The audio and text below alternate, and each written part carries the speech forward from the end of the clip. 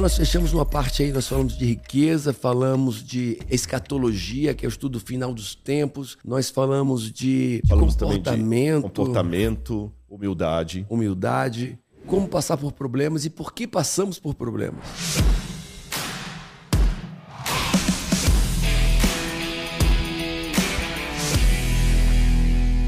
Olá, seja bem-vindo, amigo, amiga, ao PVCast, o podcast do Paulo Vieira.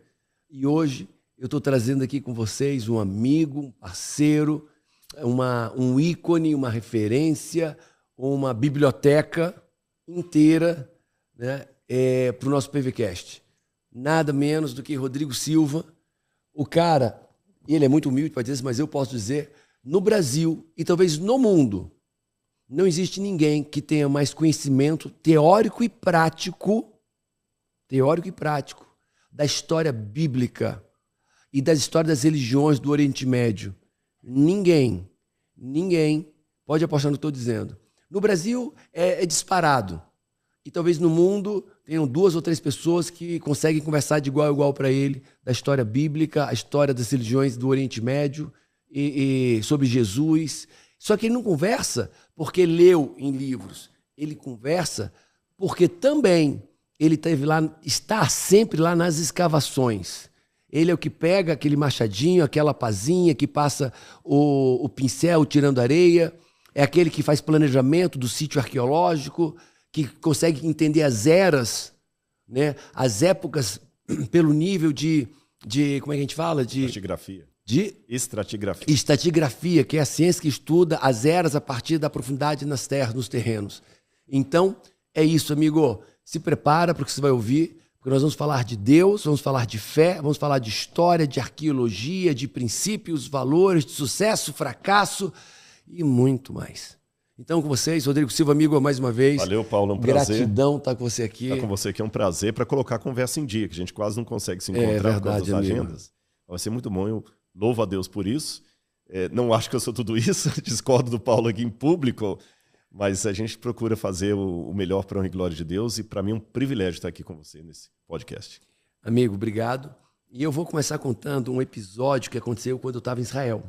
A última vez que eu fui em Israel, fui com um grupo de mentorados meus, Black Belts, e nós estávamos lá, e aí um amigo meu, que é amigo dele, disse, e eu já tinha visto ele, tá? E ele com um grupo lá, e ele começava a falar, eu largava o meu guia, aí ficava ali, ó, pescando, ele falando pro grupo dele, disse, caraca! E ele falando lá no templo, lá em Jerusalém, falando, e eu pescando, mas não dava para eu estar lá com ele, porque meu grupo estava com guia, né? E eu ia, voltava, e até que numa das noites, um amigo em comum disse, ó, Rodrigo Silva vai estar no hotel falando, você quer ir? Eu disse, meu filho, se eu quero ir. E largamos tudo e fomos com um grupo para lá. E lá a minha vida nunca mais foi a mesma. Ele traz a fé, mas traz uma fé com embasamento científico, arqueológico, histórico, uma fé palpável, uma fé. E ele falou, o que ele falou lá foi tão forte.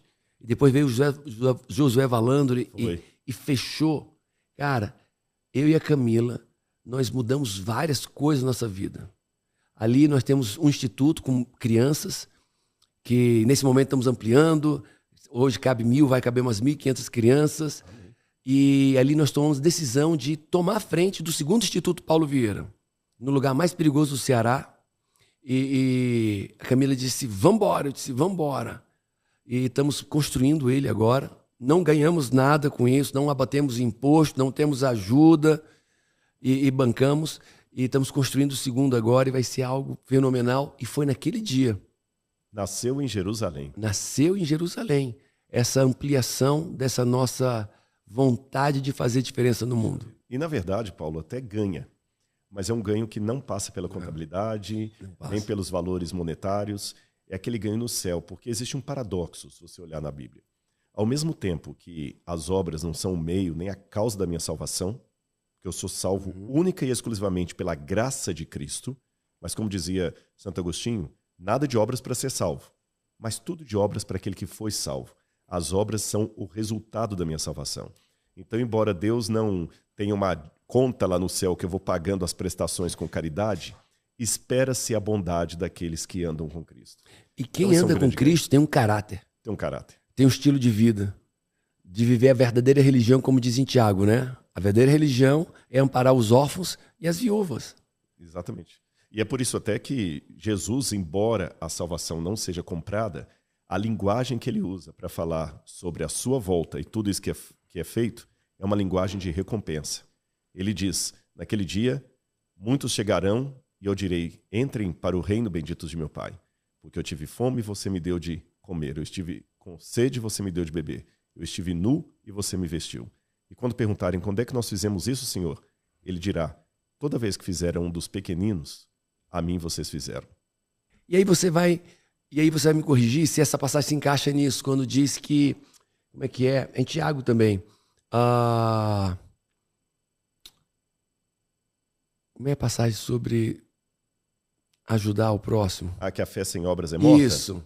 Exatamente. E em Tiago também, né, diz que sim, me mostra a tua fé, que eu mostro as minhas obras, porque fé sem obras é morta. Exatamente. Fé sem obras é como uma paternidade sem filho. Caraca. Só está na vontade. Caraca. Você entendeu? Fé sem obras é uma paternidade sem filho. Agora, pegando, fechar esse nosso tema aqui, você disse que a recompensa é celestial, a recompensa são galardões, a recompensa é agradar a Deus, a recompensa é ver as coisas boas acontecendo, mas eu creio que quem doa com alegria, quem doa, e qualquer doação inteligente, respeitosa, bem direcionada e com alegria, ela volta monetariamente. Também, não, mas claro, uma coisa não anula a outra. É um princípio bíblico. É um princípio bíblico. Aliás, essa parte você que fala com muito mais cátedra do que eu, até no mundo dos negócios, quanto mais você arrisca investir, mais chance você tem de retorno. Isso. E no mundo emocional também, porque quando você tira parte do que é seu para ajudar o semelhante, você está tirando algumas crenças limitantes. Isso. Eu lembro de um personagem antigo, não sou noveleiro não, mas eu nasci num lar que tinha novela, então as novelas fizeram parte da minha criação. E os mais antigos aí vão lembrar de um personagem que era o Nonô Correia. Os mais antigos vão lembrar. Eu lembro esse nome. O Nonô Correia era uma figura, porque ele era muito avarento, avarento, e ele era rico. Então tem alguns episódios da novela que, por exemplo, ele colocava um cadeado na geladeira e a empregada tinha que ir lá pedir para abrir o cadeado na hora de fazer a comida. E ele fiscalizava o quanto que ela tirou e ele colocou uma lei com os filhos dele lá para economizar comida que eles tinham que comer durante 5 minutos. O que eles conseguissem comer em 5 minutos estava bem. O que eles não conseguissem tinham que guardar para requentar para comer depois. O Nonô Correia era uma pessoa rica, mas não vivia porque estava só guardando para si. Sabe, quando você distribui, você esteve lá em Israel, é a diferença entre o Mar Morto e o Mar da Galileia. Para a galera que não foi lá, são 2 lagos que nós temos em Israel. Dois grandes lagos. E ambos são alimentados pelo Rio Jordão. Ambos. A diferença é que o primeiro, o Mar da Galileia, ele recebe a água do Rio Jordão, que o enche, e ele também permite que essa água dele saia para continuar descendo para alimentar outros acidentes geográficos, né? Outros afluentes. O Mar Morto recebe essa água que vem do Mar da Galileia, mas não a retira para lugar nenhum. O próprio nome já diz. Represa. Mar Morto. Gente, e é morto. Eu já entrei lá. Primeiro, se você deita e você fica sentado na água, sem nada embaixo, e você flutua. Você não afunda. Você pode deitar, cruzar as pernas e ler um jornal que você não afunda. De tão salino, de tão salobra que é a água. É quase um óleo. E não existe vida lá dentro. Não. É zero. É legal para tirar foto, para poder ser turista, mas vai tentar beber aquela água. E a gente está no deserto. Interessante que é uma água no deserto. Agora, sabe, na vida cristã, eu acho que é a mesma coisa. Paulo, eu conheço uma história que ela é verdadeira. Não é apócrifa, não. Que uma vez um sujeito nos Estados Unidos, eu gosto muito desses programas que mostram caçadores de recompensa, de tesouro. Eles vão nessas fazendas americanas. Tem uns arqueólogos assim, né? E eles encontram uma placa da Pepsi Cola lá, que é rara, uma coisa de posto de gasolina, uma Harley Davidson, estava lá no porão. 30, 50 anos, 60. Eu gosto de assistir esse programa. E tem uma história não desse programa, mas análogo a isso, que um camarada, nessas buscas assim, ele viu numa fazenda um violino. E ele comprou o violino. Quando ele abriu o violino que ele foi ver, um violino velho, estava com a etiqueta Stradivarius. $1 milhão, $2 milhões de dólares. Ele correu desesperado no primeiro camarada especialista lá e falou, olha, eu tenho um Stradivarius aqui. O sujeito só olhou com desdém para o violino, fez assim, deu algumas afinadas e falou assim, eu pago $50 por isso aí. Como? Você está ficando louco? Isso é um Stradivarius? Ele tem a etiqueta? O sujeito pegou de novo, deu umas notas e falou, não. É preciso mais do que uma etiqueta para ser um Stradivarius de verdade. Em outras palavras, alguém pegou um violino qualquer, vagabundo, e colocou uma etiqueta do Stradivarius.